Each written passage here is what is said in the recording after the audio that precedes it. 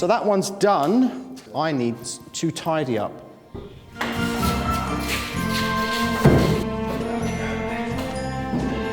Oh, hello. It's not level. The whole lot has moved.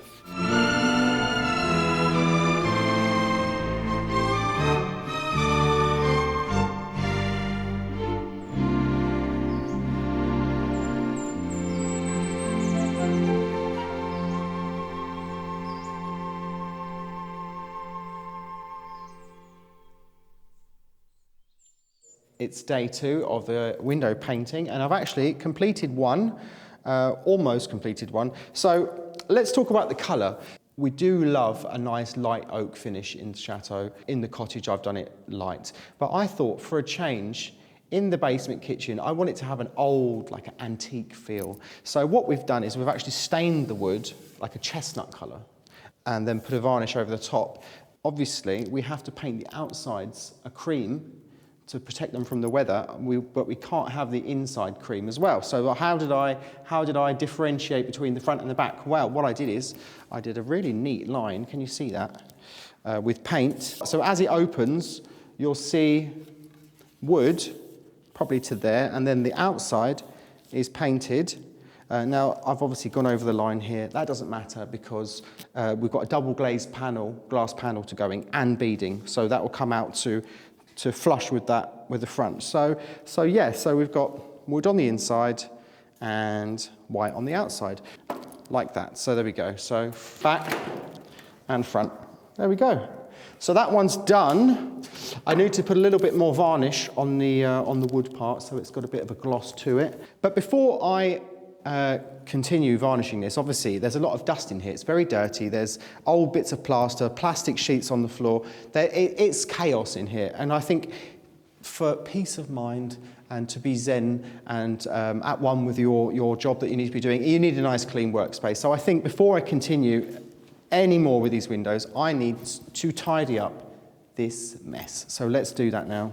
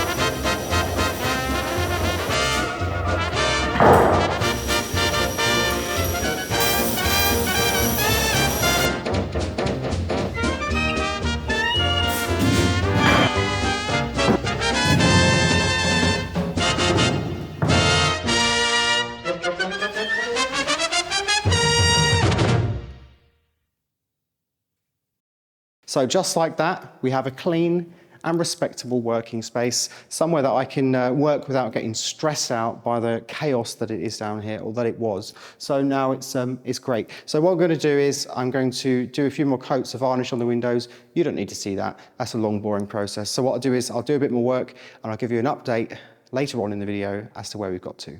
So see you later.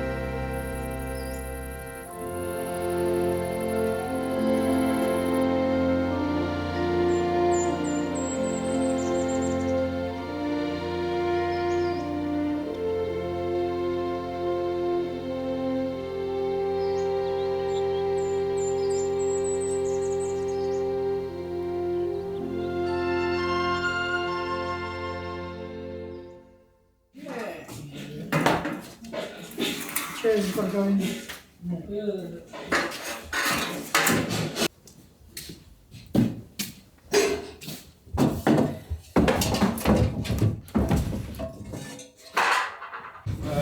I've got my fingers under my couch. Wait, no, I've got it. Then one. Wait, I haven't got my hands under it. Window. No, go straight in there. I got it. Straight in.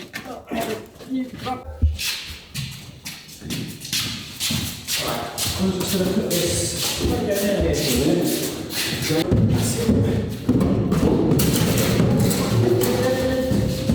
Sit around, that's it like that. There we go. Perfect.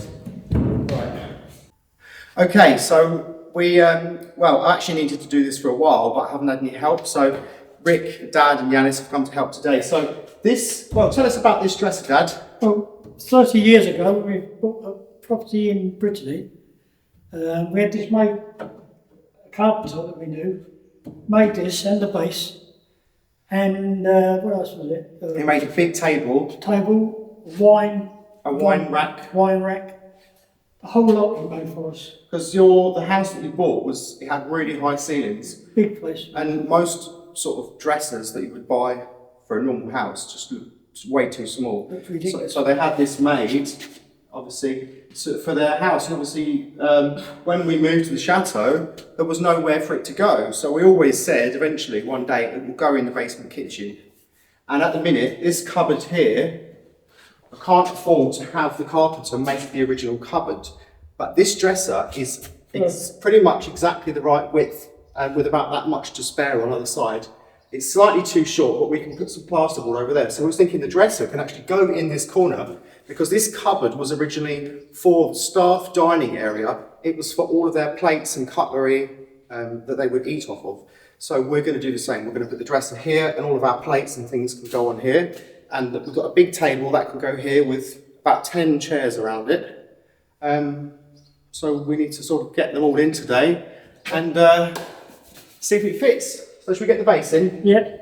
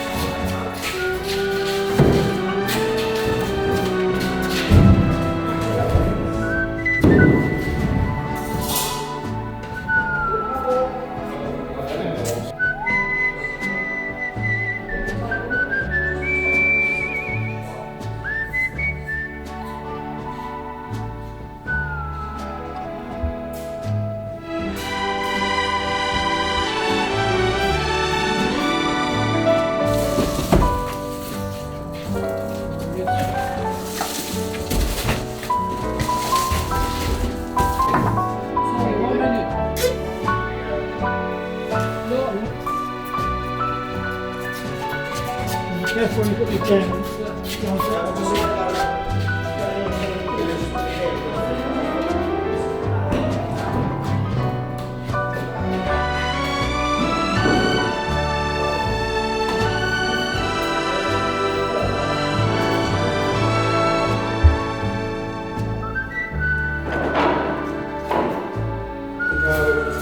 Behind the door there, it's just here.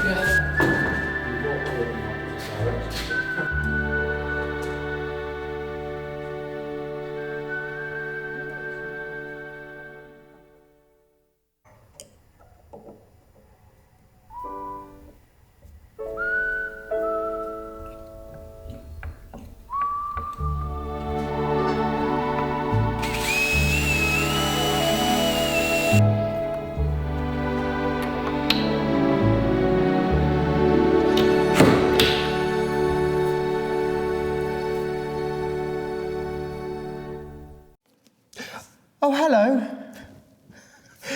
This is the first completed window, completely completed. It has glass in it. And it has all of the hardware on it now. Obviously, the hinges have been polished up. It has these. The catch is on there. So I'll show you how it works. It opens like that. But the only thing is, when that sash, that window, because it's got a double glazed panel in it, is very, very front heavy. I mean, it's really hard for me to hold that up. So what Billy suggested that I do is, and that is a valid method, and that is to actually put the window in, put some little wooden wedges in, down the sides to wedge it in and get it all level and everything, and then put expanding foam around the outside, like a really solid expanding foam, and that usually is enough to hold most windows in. But obviously these windows are super front heavy. If this window ever sort of fell forward too quickly, it could rip itself out of the opening and then just crash onto the floor. So what I propose to do is, I'm going to do the same method. I'm going to put the window in, get it all level, put some wooden wedges in, like to chock it up, and I'm actually going to put 2 screws up into the metal above. So I'll have to put some raw plugs, drill into the metal, and then that way, there's no way that this window can pull forward and fall out. So, unfortunately, I've had to drill through the inside of the frame, but these windows, I don't know if I can show you here, they have weather stripping on the inside to stop the drafts. And what I've done is I've drilled through where that sits. So actually the heads of the screws will be hidden by the weather stripping. Okay, so we are ready to install this window. There's nothing more I can do to it. We need to prepare the opening, but we'll talk about that once I'm up the ladder. So, let's do it. Yep. Hello everyone, and welcome to the, close to the ceiling. So here is the opening for the window. Now, I'm not going to put it in the first opening because there's a big pipe going through the window opening which needs to be removed. I can't do that today. So we're going to do window number 2. So you can see here, there's some old concrete on the edge of the stone. That needs to be removed. And also there's some concrete on this side. Now the main thing is, if you see here, this piece of concrete is much too high for the new windows. And it's not level at all. So even if we put the windows in and wedged them on top of that, it would be wonky. So we need to remove this so that we can drop the windows down a little bit. So I'm going to have to do that now. So, safety first, everyone, very important. No, that's very solid. Okay.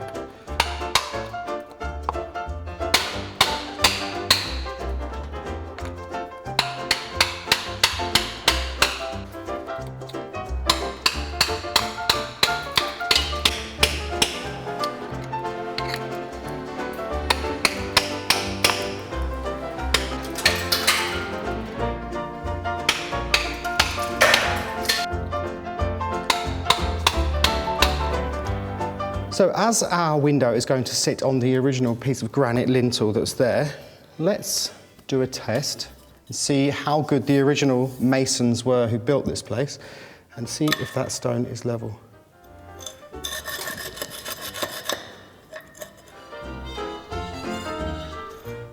Ooh, it's not bad. It's within the bubbles.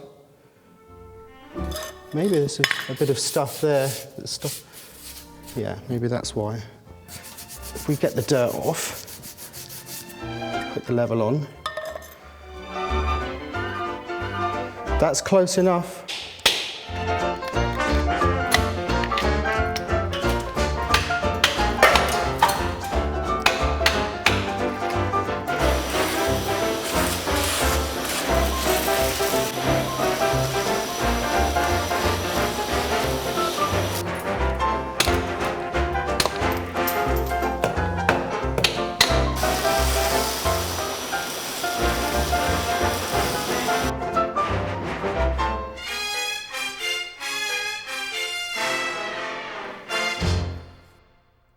Okay, so we need to see if the frame fits.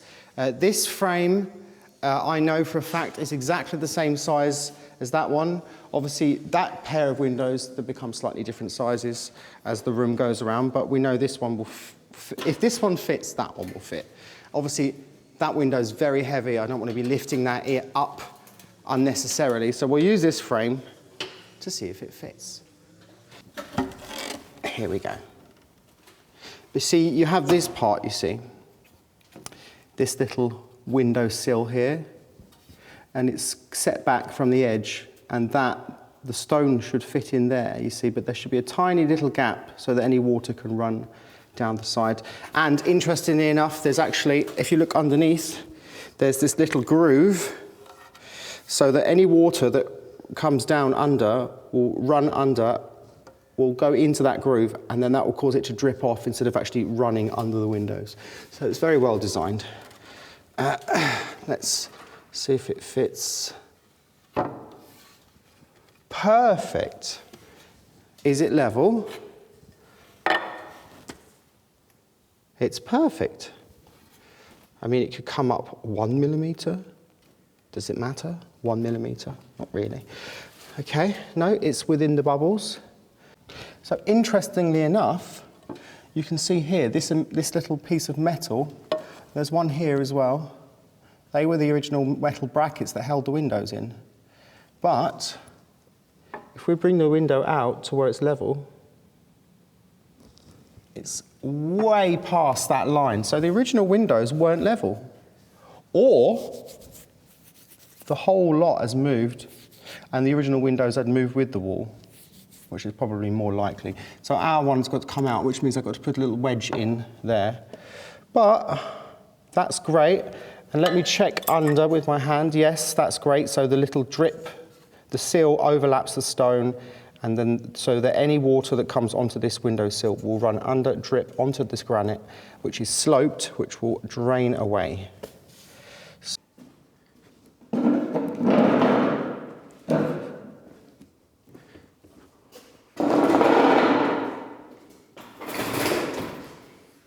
Up we go with the window.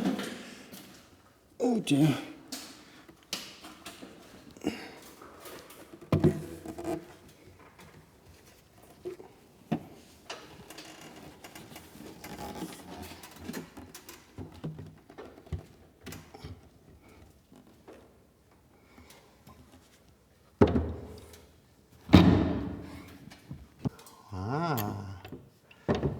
Smart boy.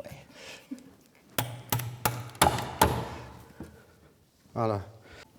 That's good. So that is just to hold it temporarily while I work out, because this is metal, this is the old sort of steel girder, although it's a bit rusty, it's still very strong because the upright piece is in place, and there's a second one here which is still okay. So it's kind of cosmetic really. So the problem is, just above this metal, there's nothing to fix it into. It just goes into concrete, which becomes loose. But these are like a steel girder. They're like a sort of eye-shaped piece on the bottom, piece on the top, piece in the middle. Now that middle piece that goes up is just there. And that's where the hole needs to be. So I'm thinking the only thing that the window needs to do is to just take the weight of the top coming forward until we've got all of the expanding foam in, and any obviously mortar that's going to seal them in. Perfect.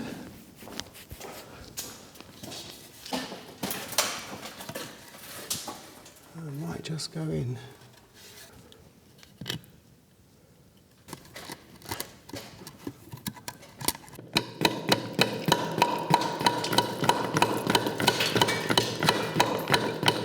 Right, so what I'm trying to do is get this piece of wood up into there, wedged behind the L part of that upright piece that I said. I'm going to hammer some oak wedges in to force it back, and then I've got a piece of pressure-treated wood, which is pressure-treated with like a fungicide and stuff to stop woodworm and things eating it, so it should last for a long time. Obviously up above the window, up here is dry. So I've got a nice piece of wood that's solid to screw the screws into, which can't move back.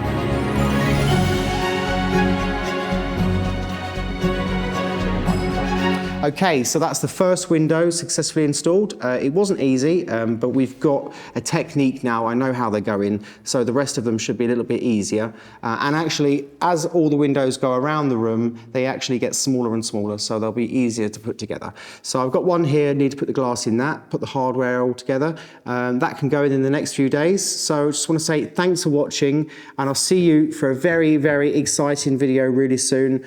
While I was in England, I bought 5 boxes of antique Victorian Spode. I got it really cheap on the proviso that I didn't unpack it and I just bought everything. So we're gonna open all the boxes in the next video and see what we've got, because I don't know, you don't know, nobody knows. Right, see you soon. Thanks for watching.